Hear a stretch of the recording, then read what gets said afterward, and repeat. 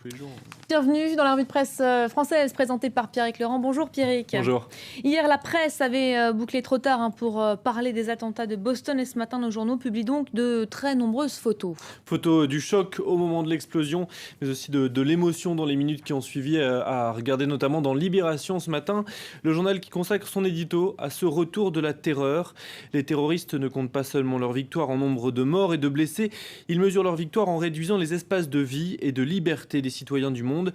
Cela explique le choix de la cible, le marathon de Boston fait All American. Et pourtant, beaucoup de questions demeurent, symbolisées par ce dessin, toujours dans Libération, des coureurs écrasés par une déflagration en forme de point d'interrogation qui résume toutes les questions. Qui a fait ça? Pourquoi? Pour quelles raisons? Dans quel but?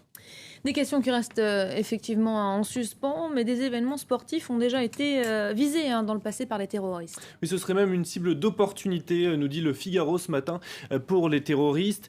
Le Figaro retrace les précédents, la prise d'otages d'athlètes israéliens au JO de Munich en 72, l'explosion d'une bombe au JO d'Atlanta en 96, et plus récemment encore, on se souvient de bus de l'équipe de foot du Togo qui avait été mitraillé alors qu'il faisait route pour la Coupe d'Afrique des Nations. Alors le risque zéro n'existe pas, nous dit ce matin le journal sportif L'équipe. Les grands événements sportifs sont tous confrontés à ce danger d'un attentat, car ils sont exposés médiatiquement, ils rassemblent des milliers de personnes. Alors dans les enceintes fermées, les stades, les circuits, le contrôle est facile, mais sur des événements ouverts, des marathons, des courses cyclistes, impossible de fouiller chaque personne. C'est aussi ce matin d'ailleurs l'avis du site slate.fr. Impossible de sécuriser totalement un marathon. Seuls peuvent être utiles des exercices préventifs pour réagir au plus vite en cas de menace, ou alors faire appel à des chiens renifleurs de bombes. Mais même dans ce cas, impossible de vérifier les 42 km de course. Et puis pour conclure sur ces attentats, il y a de belles histoires de solidarité, mais aussi il y en a toujours ceux qui profitent de l'émotion suscitée par le drame. C'est ce qu'explique ce matin le Huffington Post. Sur Internet, certains en profitent pour gagner des fans, ou pire, s'enrichir. Des internautes surfent sur, par exemple, la Turin Newtown, à laquelle était dédié ce marathon. Ils ont fait croire, fausses photos à l'appui, que des enfants couraient le marathon en souvenir de leurs camarades de Newton, que certains ont été tués. Complètement faux. D'autres ont renommé leurs vidéos sur YouTube, des vidéos dans lesquelles, par exemple, ils chantent des chansons tout simplement. Ils les ont renommées avec des mots-clés sur le marathon, Boston, les attentats, pour que leurs vidéos soient vues.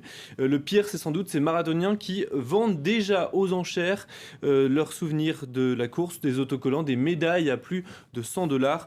Summum du mauvais goût. Oui, très moche, effectivement. L'autre actualité très commentée aujourd'hui, c'est cette interview, évidemment, de Jérôme Cahuzac. Pour la première fois depuis le séisme politique qu'il a créé et ses aveux, il s'est exprimé hier chez nos confrères de BFM TV. Oui, une demi-heure de confession télévisée après donc ses aveux sur son compte en Suisse.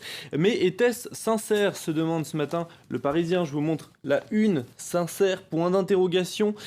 Pour le journal, on a eu droit à une introspection assez pénible autour du mensonge et de la part d'ombre. C'est l'expression utilisée à de nombreuses reprises par Jérôme Cahuzac, l'ancien ministre du budget, qui est d'ailleurs resté flou sur certaines questions, au point ce matin que Rue 89 se demande pourquoi il a cru bon d'apparaître à la télévision. Qu'avait-il à nous dire de si intéressant, nous demande le site. Qu'il a commis une faute morale, qu'il demande pardon? Rien de très surprenant finalement. Ce fut un moment télé creux et inutile. Jérôme Cahuzac, vous feriez bien maintenant de nous ficher la paix, dit Rue 89. Bon, en tout cas, l'émission a été un joli coup pour la chaîne qui a diffusé l'entretien. Oui, et Libération ce matin nous en donne les coulisses de cette interview.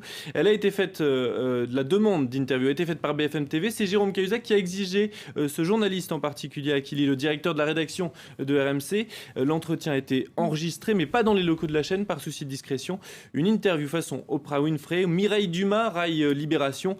En face du journaliste, Cahuzac peut dérouler son Freud pour les nuls, noyant son délit dans un charabia de l'intime. Merci beaucoup Pierrick, c'était la revue de presse française.